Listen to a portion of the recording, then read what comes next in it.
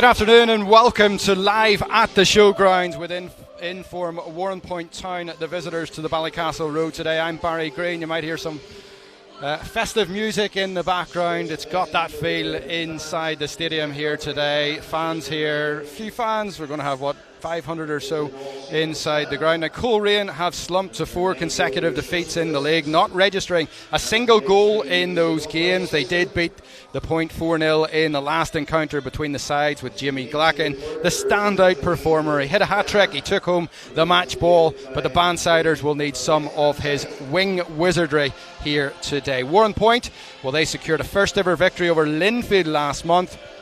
It came on their home patch with Keelan Dillon, a man very much in form at the minute, and Alan O'Sullivan both finding the net. Those two both hit the target again in last Saturday's 3-1 success at Carrick Rangers. No surprise then that the visitors come here with plenty of confidence. Today's team news then: Coleraine make 3 changes to their team from their last outing. Interestingly, strikers James McLaughlin and Owen Bradley dropped to the bench. Aaron Jarvis, midfielder, is also amongst the subs, and that means there's opportunities today, and they've been handed out by manager Oran Kearney to Evan Tweed, Stuart Nixon and Ian Parkhill. They all get the nod. Yeah, Barry, I probably could have done with some sun cream on today. It's that warm down here in Coleraine. Yeah, I mean, the sun is going to make it difficult for us, but I don't necessarily think it's in the eyes of too many other players. Perhaps the Warrenpoint keeper, he should maybe look out for this, but he hasn't chosen. And again, would you have done? Would you have brought a cap out in the circumstances? Sometimes, Barry, it can help, but you probably should have your eyes on the ball and be able to see it without the cap on. Talk about that in a moment or two, but for the minute it's Jimmy Glacken coming across, and Glacken of course has had success in this fixture in recent years. It's headed just over the top. I think it was Stephen Lowry in the end got the header. Otherwise O'Sullivan might have been in. That's a good switch of play. Back to Parkhill. What can he do here? Parkhill. Oh, that is so good. Yeah. Just couldn't keep it down in the end, but the first touch was brilliant. They're hassling and they're rushing the players of Warrenpoint. Warrenpoint though, from McCaffrey. Opportunity here, and if he had had better execution there, David, he may well have caught out Gareth Dean. Gareth McConaughey fancies this, from 30 yards. So listen, I've known Gareth a long time. He can hit a hell of a ball if he catches it properly, but I think this might be a little bit too far out. Lowry takes it quick to Trainer instead, so the angle of attack is totally changed all of a sudden. Trainer into Tweed. Doherty! Yeah. Oh, what a great goal from Coleraine. Patience personified.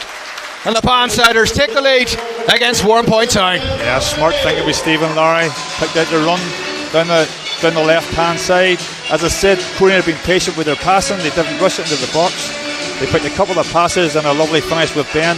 As you said again, about him coming in on that left foot. He found himself on the left-hand side. Lovely finish in the bottom corner, and that's just what Oran, I'm sure, was looking for. Was the first goal today. Now, what can Coleraine do? Will they punish Warrenpoint? Doherty. McConaughey.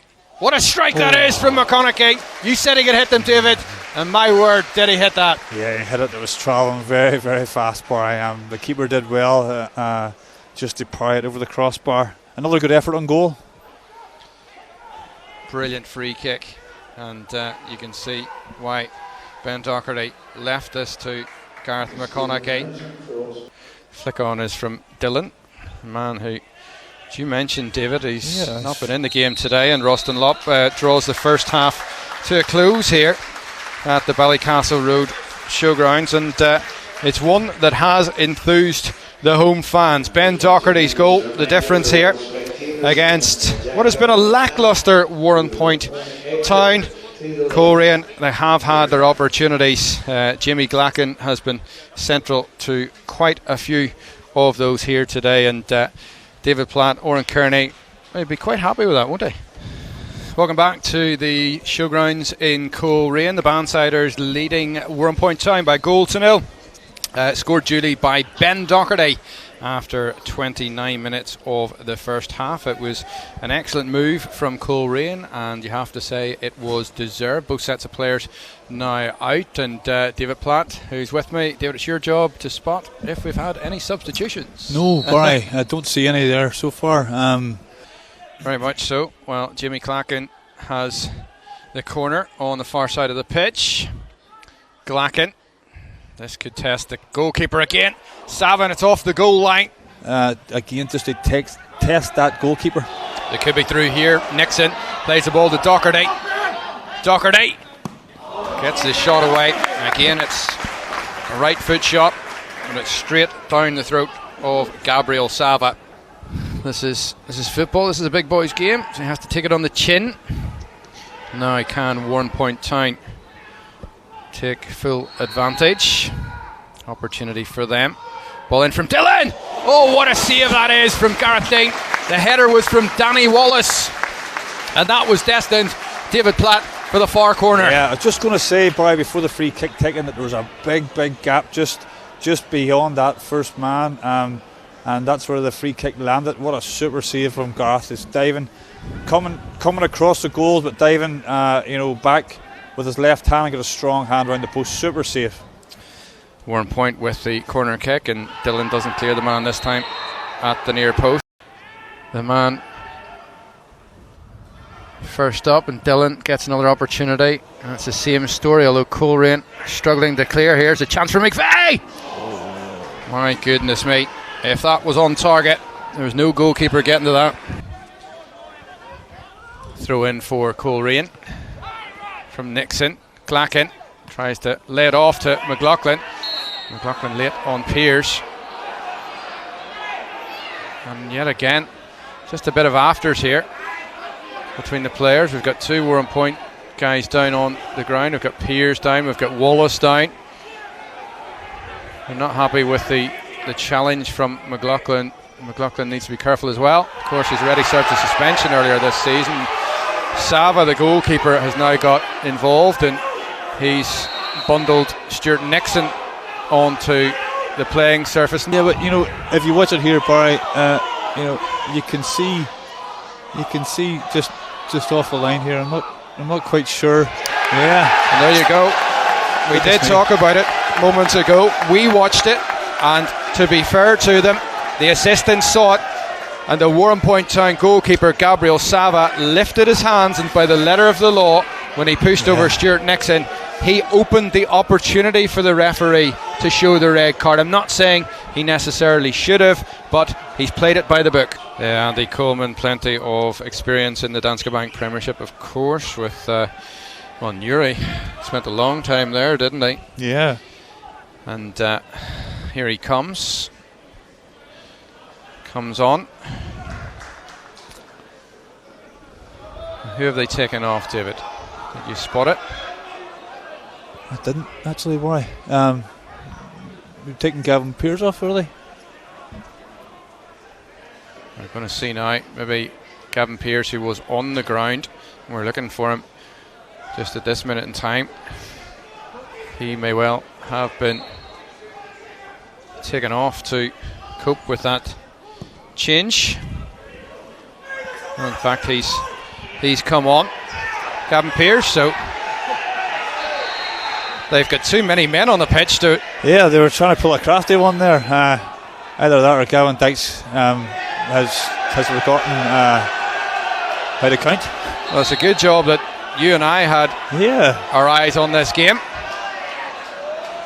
Gavin Pearce tried to come on, and the referee hasn't finished with this yet. He is not finished here, and Warrenpoint could be down. He gets it. Goodness me! And he's been sent off as well. Couple of big scorelines. Coleraine with some defending to do here, and Warrenpoint Town. They look to have scored what looks to be an unlikely equaliser so late into this fixture.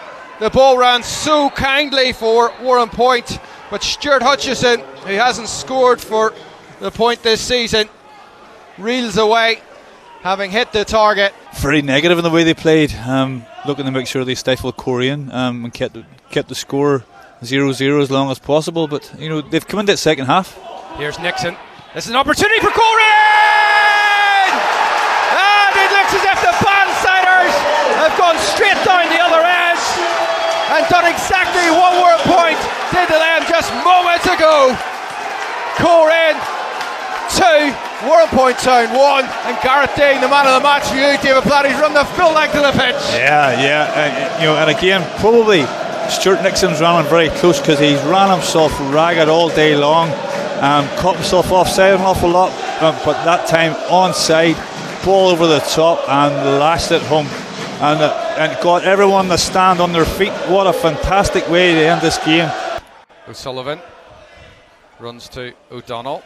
He lofts it into the sky here, and there is the referee Rustin Lopp's full-time whistle. And well, it was a tempestuous affair, to be quite honest about it. One goal in the opening half from Ben Docherty, and a lot of drama coming towards the end of the game. Saw Warrenpoint Town's goalkeeper Gabriel Sava sent off, and Gavin Pears then, it appeared, midway, and he was substituted unbeknown to him because he looked to come back onto the pitch. He then received a second yellow, and there's still, I think, going to be a bit of a steward's inquiry about that. Then came the Stuart Hutchison goal for Warrenpoint with a couple of minutes of normal time remaining, but Coleraine, they had the sting in the tail today. Well, owners was away, they marked their 200th win as Coleraine boss. That's the right way to do it. I didn't realise that. Yes, you know, nothing beats an injury time winner, as they say. But I think more importantly than that, I think overall today the manner of the whole game, bar the small lapse for their goal, which looks to be a real, at that point, as if it's going to be a real tough one to take in relation to how we've gone about our business today. You know, I think we're delighted, and it's great credit, I think, to the players to go again for that last 5 or 6 minutes and get what they deserve today. And also they lost their last 4 games and conceded a late goal, but we came back and grabbed the winner. Yeah, and I think if that happens in normal life or in a normal run that we're on, you still have a chance, I think, of going and win it, and you see it happen all the time. To be on the run that we've been on, and then for that to happen, to be fair, mentally, I think it's as big a hit as the players, probably a lot of them have ever took in their career in relation to what's happened the last few weeks. And from that point of view, you know, I think it's huge credit to them, because there was a definite, we go again here, there was a definitely 2 or 3 corners before it, there was big pressure before it, and we had gone again, which was, to me, hugely impressive and speaks a lot about the change room. You hoping that kick Stuart Nixon on now? I think just for everybody more than anything else. You know, I think the way the last 2 or 3 weeks have rolled has been highly frustrating. There's been lots said, there's been lots questioned about heart, about hunger, about whether they're good enough, and all those types of things which happens when you go through a couple of games and everything else. But you don't become bad players overnight, and I know the changing room, and I know they've been hurting, I know it's been hard to take, and I know it's been mentally sore on them from that point of view. And today I think the performance for me, more importantly, was right bang on it again in relation to where we want it. The key, we've also got the result to go with it, and as you say, hopefully now that's a shot in the arm to flip this and kick us on again. And Cliftonville up next now. Yeah, another tough game and another tough place to go to, which will be no different from any other time that we've gone there. So the key thing is now, you know, we go back to butts, get back in and get working hard again Tuesday, Thursday, and then we look forward to going there and seeing if we can put back to back together. Well, Stuart, you were given the chance today and you took it with a last minute winner. Talk us through it. Oren said to me, look, take it with both hands, and to be fair, up until the goal I didn't really think I did much, to be honest with you. But look, if you go 89 minutes without playing well and you score in the last minute, you win the game. So you take that here every week. But no, just happy to get the 3 points, and then hopefully move on next week and see how we go on. And your strike partner James done well for the goal, didn't he? You can always rely on James, Mr. Reliable. So I've got 100% faith in everyone playing up there with him as well. So I always know he'll give me a chance. So no, I was happy to get over the top. And before the game, me and Paul Owens, he kept me behind a few minutes and gave me a few shooting chances in the box. And I said to him there, down the gully, that's his famous words. So down the gully and finished it. So happy enough. Number 21, your friend Jerry is obviously number 21. An emotional week for you. Massive week, to be fair. It was Jerry's remembrance yesterday, and I was speaking to his dad, and his dad was saying that it was